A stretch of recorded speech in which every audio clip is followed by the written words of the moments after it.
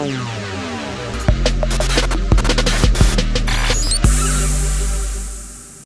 there, Amplifiers. Kenny Harper here, and joining me today is a rockstar professional when it comes to speaking and creating amazing content that is different, that gets attention, and gets people in action. Now, he's an inspiring author and certified speaker. He's actually a CSP. I'd like to welcome to Growth Amplifiers, Mr. Stan Phelps. Thank you, Kenny. Thank you for having me. Well, thanks for being here today as we're doing a lot of cool things in this market. It's an honor to have you here. I know you've graced the stages of so many different organizations, businesses, and companies around the world. And I'm glad to have you here. Now, I'm familiar with who you are, but I'd like if you could take a quick moment just to introduce yourself to Growth Amplifiers and share with the world, who is Stan Phelps? Who is Stan Phelps? Stan Phelps was born at a very young age, Kenny. So I after about 2 decades in both brand and agency side marketing, I made the jump to become a full-time author and speaker. I did that about 8 years ago. And now I kind of examine the future of both the customer experience and the employee experience. And so I write for Forbes. I have a series of books called the Goldfish series of books, and fortunate enough to be able to travel around, not much recently, but typically get going places, a lot of in-person keynotes and workshops. Now, Stan, you are an interesting fish, a fish of a different color. And in fact, one of the cool things that I've always been impressed is your series of, think outside the bowl books. And I've had the opportunity to get your first one, Purple Goldfish. Is that your first one? That is your first one, right? Yes. Yes. Followed by Green and Gold, or Gold and Green, whichever way it is. And you have a whole series which are really impressive. And they're not just filled with like a lot of fluff. They actually have actionable, interesting content, real case studies. Would you care to share kind of like that whole concept behind the Purple Goldfish and the Goldfish? Yeah. So we just came out with last week, the 10th color in the series, which is the silver goldfish. Coveted silver. But it's really been a progression. So the first 3 colors were purple, green, and gold. Great memory. Mm-hmm. That was an ode to New Orleans. They happen to be the 3 official colors of Mardi Gras. And the reason why it's an ode to New Orleans is that there's one word that comes from New Orleans that kind of exemplifies the concept that I write about. And it's a Creole word called lagniappe. And it's a word that Mark Twain, when he used to live in New Orleans, he wrote in his autobiography, he said it was worth traveling all the way to New Orleans to get. I love that one. And it's this idea that that the business, right, does a little something extra to honor the relationship, to go beyond just the transactional mindset, and to do a little bit more. And so I was a marketer, and everything I did was about for me, it was all about the end all be all was the customer. How do we do the little things to improve the experience that we provide? And what I realized when I studied hundreds of companies is that the companies that really got this, Kenny, actually spent more time on their own team and doing the same concept for their employees. Little things that they did beyond the dollars that they paid. So purple was all about customers. Green was all about employees. Gold was based on the understanding that all employees and all customers are not created equal. So for almost everyone listening to this right now, for most businesses, the top 20% of customers drive 80% of the company's profitability, right? It may not be total sales, but profitability. Same thing for an organization that, 20% of the salespeople will generate 80% of the sales. Right. So you don't treat everyone the same, but you treat them fairly. Mm-hmm. And it's kind of went on from there. Again, silver was the 10th color in the series. I think that's really important to have that awareness and perspective. A lot of times the squeaky wheel gets the grease or the extra attention, although the squeaky wheel isn't always really the best ideal customer. You kind of like giving the squeak the VIP treatment, which it should be the other way around. Well, one of the cool things I've got here in front of me is these little M&Ms, this gray goldfish. Now, the gray goldfish. I don't know if you could see that, but these are little M&Ms, branded gray goldfish, and it's just a little something extra that Stan had sent out in a package containing a great book and some of his materials. But those things make a difference. Those things are memorable, and a lot of businesses are so forward focused they don't take the time to look back. So what's maybe a piece of advice that you share that's really helpful for people to kind of reflect and maybe act upon? Well, I think, and I'm certainly have been guilty of this in the past, sometimes you get so focused on the future mm-hmm. and on the prospect that you miss creating a great experience for the customers that you already have. Right.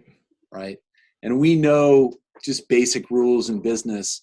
It can cost 1/10 the amount of money to upsell mm-hmm. a current customer than it does to go out and acquire a new one.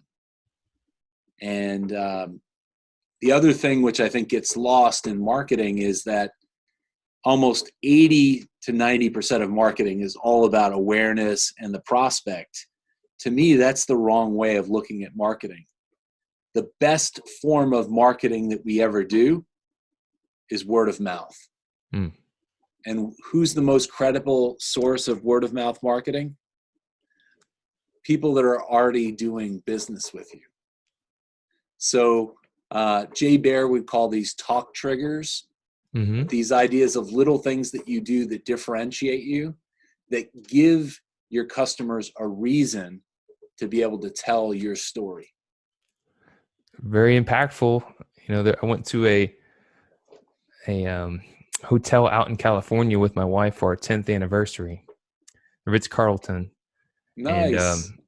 And when we got there, they put out in decorated rice, happy anniversary, Kathy and Kenny, and they gave us some chocolates and champagne. And you came to mind. I'm like, this is my anniversary, and here's Stan with me. But they're one of my Hall of Famers. I have a Purple Goldfish Hall of Fame, and Ritz-Carlton absolutely gets it. They give everyone on the staff has up to $2,000 that they can spend without having to get any type of approval. And getting back to what I said before, what I think is lost is that many times we think in business, well, a referred customer, well, they're roughly equal to somebody who we traditionally acquire, mm-hmm. right? And they're nowhere near equal, Kenny. So if I've been referred to do business with Rock My Image by someone else, over my lifetime, I'll spend up to twice the amount of money. I stay longer and I spend more, right? Right. And this is the kicker. If I've been referred myself by one of your customers, what am I more apt to do? Refer other people. So I stay longer and I spend more, but I also refer up to twice the amount of people. So why wouldn't you take care of the customers that you have so they can bring you the type of customers that you want? The ones that are 4 times as valuable as a traditionally acquired customer. That's a super amplifier right there, because a lot of the times it's forward focusing, like you said. And you just mentioned something. Somebody may be servicing the clients they have, but it's going back to that little bit extra that little bit extra that's going to really make that difference, to give them a reason. So this is such a compelling topic that I've seen you speak a couple times. I've checked out your online presentations before, and what got you inspired to really put this as one of your focus or pillars? What led you down this track? Well, for me, I spent like 2 decades as a brand marketer, and then my latest stint, I've 8 years as the chief solutions officer in an agency.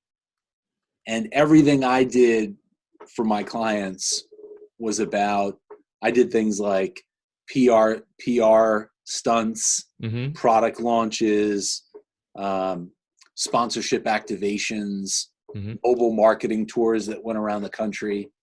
And I just realized that stuff was effective. It just wasn't scalable and it wasn't sustainable. Right. And I thought marketing should be at least as much about the things that you do for your current customers than it is about trying to pull, that prospective customer in. And I thought to myself, until we get to the point where 51% of marketing is about creating the experience, Mm-hmm. then my work is not done. It's a beautiful message, and something that a lot of people should take a little bit extra time to think about, and how are they applying it in their business. So yeah, and I would say caution when you think about it. Some people get so stuck on, well, it's got to be the chocolate chip cookie like a DoubleTree does, or the peanuts while you wait at Five Guys, or even to your point, like the Ritz-Carlton giving you the champagne. But that's one part of it. The other part of it is, how do you do the little things just to be easier to do business with? Like, how do you handle waiting? How do you do a little bit of an added service? Might not even cost you anything, but a little extra time. How do you be more convenient to do business with? And that type of stuff, I think, sometimes gets overlooked with, all right, we have to do some type of extra that we throw in, which is important, but I think they're equally important. And one of the things that you're doing now, speaking engagements, webinars, creating content, creating workshops, what sort of customers or clients are you aiming to serve and help with getting these ideas in place? Yeah, so I'm very discerning, Kenny, in terms of who I will speak for. Mm-hmm. So I have a rule. I will only speak for companies that have either customers or employees. Okay.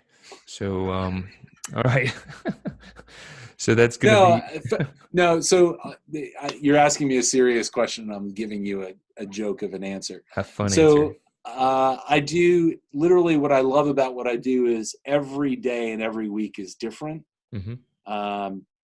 Like last week, I was with a software company on Friday talking about kind of client success and what's called the diamond goldfish. How do you manage pressure?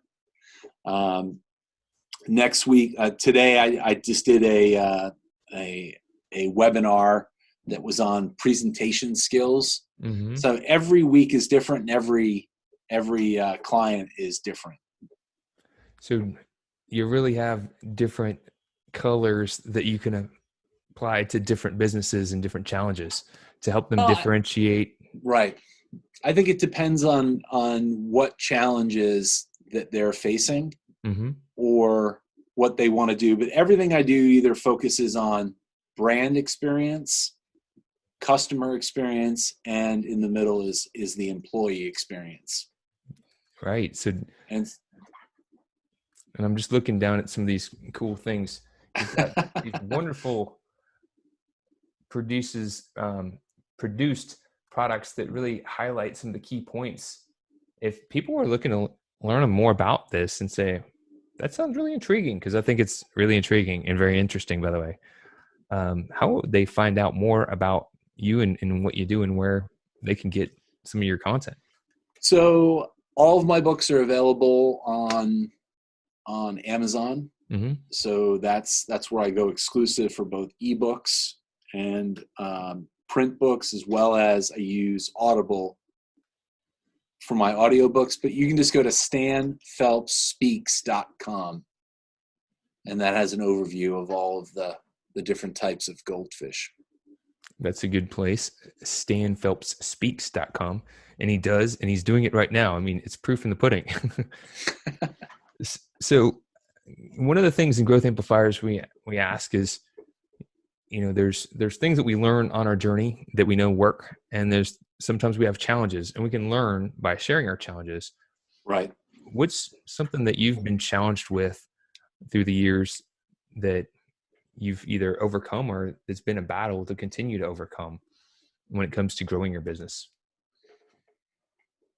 Yeah, so I think one of the challenges that I have is I haven't done a very good job of this. As a speaker, you're supposed to try to grow your list, Mm-hmm. right? And do a lot of email marketing. Mm-hmm. I personally think that's an annoyance. And I realize I can't be great at everything that I do. Mm. So it's forced me, and I write about this in the Pink Goldfish, it's forced me to try to lopside in some areas, Mm-hmm. where instead of trying to be great at everything, which I think sometimes we get lulled into, Right. let's try to be great at everything. It's forced me to try to lopside and double and triple down on a couple of things. And one of those is LinkedIn. Mm. So it's an important thing to keep in mind. And I'm keeping in mind your time because I know you have a very tight schedule. You're high in demand, and I really appreciate you taking a few moments to share with us and our community. What's something that you do that is gaining awareness and you end up gaining business from? Well, I try to, especially on LinkedIn, I try to write every day. I try to write 1,299 characters on LinkedIn. So my hashtag is hashtag the 1299. And the reason why 1299, they only give you 1,300 characters when you write a post. But whether it's a video or maybe a photo I share, I always try to write about something that's current or a case study that I think is relevant that people can learn from. And that's something I do to try to give back, as well as with those things like the mini books. I've done over the last couple months a lot of stuff for my previous clients because I can't travel now Mm-hmm. due to COVID-19. So I want to practice what I preach: is how do I provide value, knowing that if I can help them in a difficult time, that when things rebound, that will come back. Givers gain. Yeah. A couple more things as we're kind of wrapping up our thoughts here. And I again appreciate that. What's a lesson that you've learned or a piece of advice that you would share with others who are on their journey of growing and taking their message to the masses? Well, I'll say two things. One, I think you really have to be consistent if you're trying to get your message out there to the masses. So to me, the commitment I have to write every day on LinkedIn, Mm-hmm. that took months and months before I got the traction behind it, right? The second one is, I think sometimes we know ourselves and we know our stuff so well, we assume that everyone knows it as well. They call it the curse of knowledge. And here's the thing that stuns me. For people that are already doing business with us, our current customers, Mm-hmm. of 100% of what we can do for them, if this is 100%, Right. what percentage do the customers that already are writing you a check, what percentage of that 100 do you think they know on average? Ooh, it's going to be a small fraction. I wouldn't want to know it. But yeah. 20%. Yeah. 20%. Right. So one of the things that we talk about in Purple Goldfish is this idea of sampling. Mm. And we talk about sampling usually what we do for a prospective customer. But here's one thing I think everybody can listen to here is, no. Think about it for the customers that you already have. How do you figure out, how can you expose them so they start to know about that other 80% that you can do for them that they have no clue? I love it. There is so much opportunity right in your backyard. Super cool. And what happens when somebody who's doing one or two things with you, what happens when they start doing 3 or 4 things with you? Right. That exponential. They're not going anywhere. Right? You're a lot stickier. You're going to do a better job of serving them. And I think that's the challenge for everyone listening to this. Well, thank you again for sharing some time. And as we wrap up this final thought, what's something that you would like to plug, share with people? So obviously they should go to stanphelpsspeaks.com. So big fan of this book. It's Silver Goldfish is all about how to create a memorable business presentation. So that could be a pitch, could be a job interview, it could be a conference presentation or a quarterly update to your team. It's the idea of how do you come across loud and clear. So your message becomes, we call it in the book, rememberable. Love it. Pick up Silver Goldfish. Pick up Silver Goldfish. Amplify your business. Take it to the next level. Stan Phelps, you're an amazing, awesome inspiration. Thank you for being with us and sharing with us. We appreciate you. Thanks for having me, Kenny. Got it. Rock on. Cheers. To show your support, take a moment to amplify this message by sharing it online. To connect with me or gain more business growth insights, visit www.growthamplifiers.com. Thank you for your support.